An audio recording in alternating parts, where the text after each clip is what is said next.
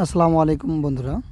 আমি আছি এখন পটুয়াখালী জেলার মহিপুর উপজেলায় কুয়াকাটা নামে যে পরিচিত মানুষের দর্শক নন্দিত একটি স্থান।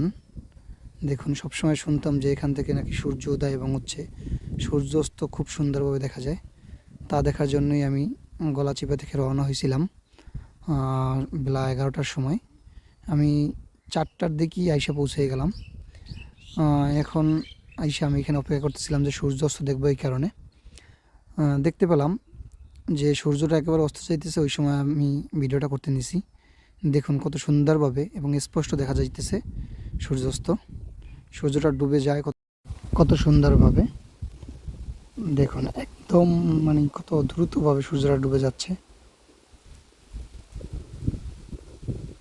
সত্যি অসাধারণ। কেউ নিজ চোখে না দেখলে কেউ বিশ্বাস করতে পারবে না।